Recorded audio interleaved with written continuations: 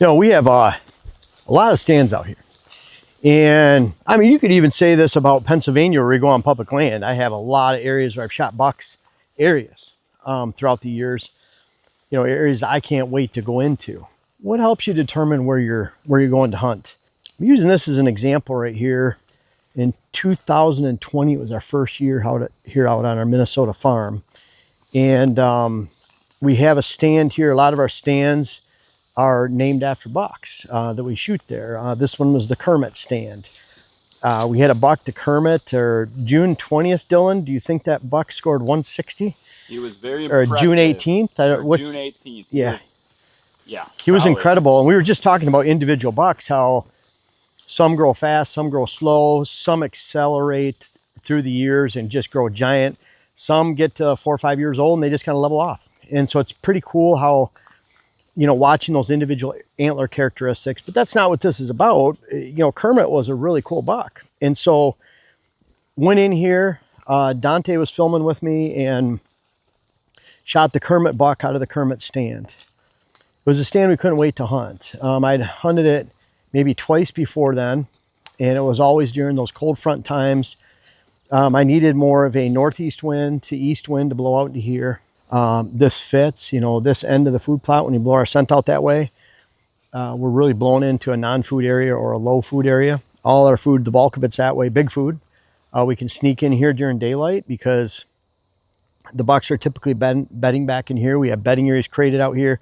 We get lots of movement. Even on this camera last year, we had a lot of bucks hitting this mock scrape, and it's just, one of our favorite locations. So brings me to, how do you choose a stand? You'd think this would be a slam dunk stand to hunt the next year and potentially take a buck, maybe even over the last few years. I can't say I haven't hunted it, but I don't think I've hunted it 5 times since 2020. There's so much more that goes into a stand location.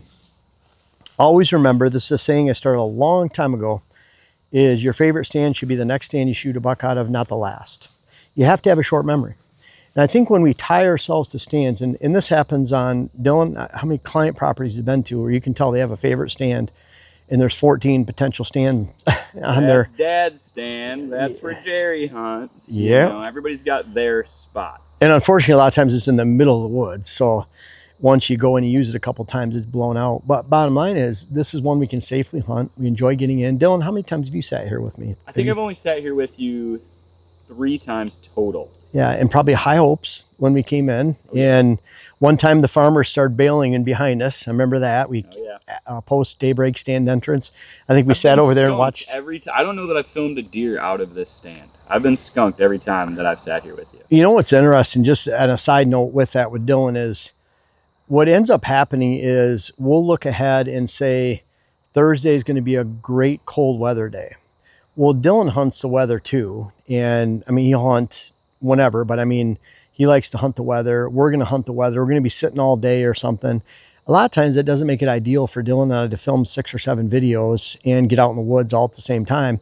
So we find we're planning on filming on Thursday because of good weather day. And Dylan, you and I are filming on Tuesday. Yep. Or Wednesday. We already picked when we're filming into October for this year. Yeah. And so we're filming together, I think on the 23rd of September. The 29th of September. Yep. And there you go. Just with those two right there, we're locked into hunting regardless of the weather.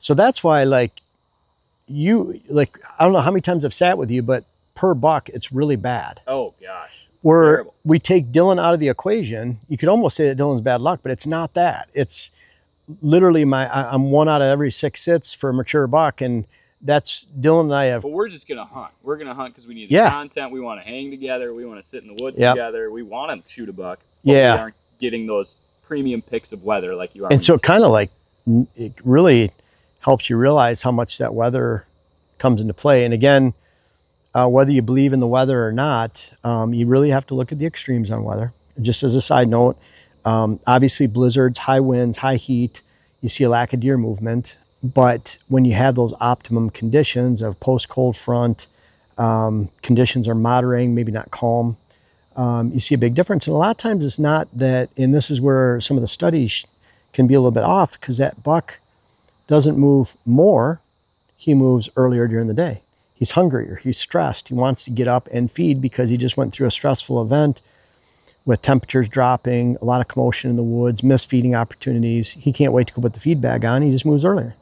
So he's not even moving. So you could say, well, distance-wise, he didn't move anymore, but he moved a lot earlier and went in front of your stand. So in this case right here, we've hunted it so little after that just because the sign hasn't been here. Whether it's the size of buck, the certain known buck, the rubs are scraping the area. We have a lot of other stand locations, and I can't tell you how many times I've had a stand location that I couldn't wait to sit in. I can think of one back in the maybe 2004. It was a really nice 13-point, real white rack, very, very heavy, narrow rack. I'd seen him the year before as a 10-point, knew he lived in this area. Couldn't wait to sit in that stand. And so went back there, sat in that stand, shot him in the morning, and then didn't even hunt that stand the entire next year. And that was one of my biggest bucks at that time. And it was a really nice one. But it didn't come up in the rotation with the winds. It didn't have that ideal situation of weather with the winds. Wasn't seeing the sign in that location. And the point of this video is you have to have a very short memory. Can I interject? Sure. So I'm trying to think on the fly while also listening to you. I'm having a hard time. But you've hunted this property since 2020. I think you've killed 7 or 8 bucks on this property since then. That's a good question. Is this the 6th season? So this 20 would be the 6th season, I believe. So I've killed maybe 6. I've only shot 2 1 year. Okay. I hunt all the way to the end of the season, but missed Barry. Did I miss or screw up on anything else? Well, I mean, LL Beams, but he could still. Oh, yeah, LL Beams. Sorry to rub that one in there. Yeah, so that would be 8. You know, so good that would have been opportunities. The only buck, LL Beams, that's the only buck that you've shot out of a stand that you've previously shot a buck out of. That's a really good point. And you look at when I hunted for 12 seasons in Wisconsin on the property we had starting in 2002. So I hunted 12 seasons. I shot 17 bucks out of 14 stands.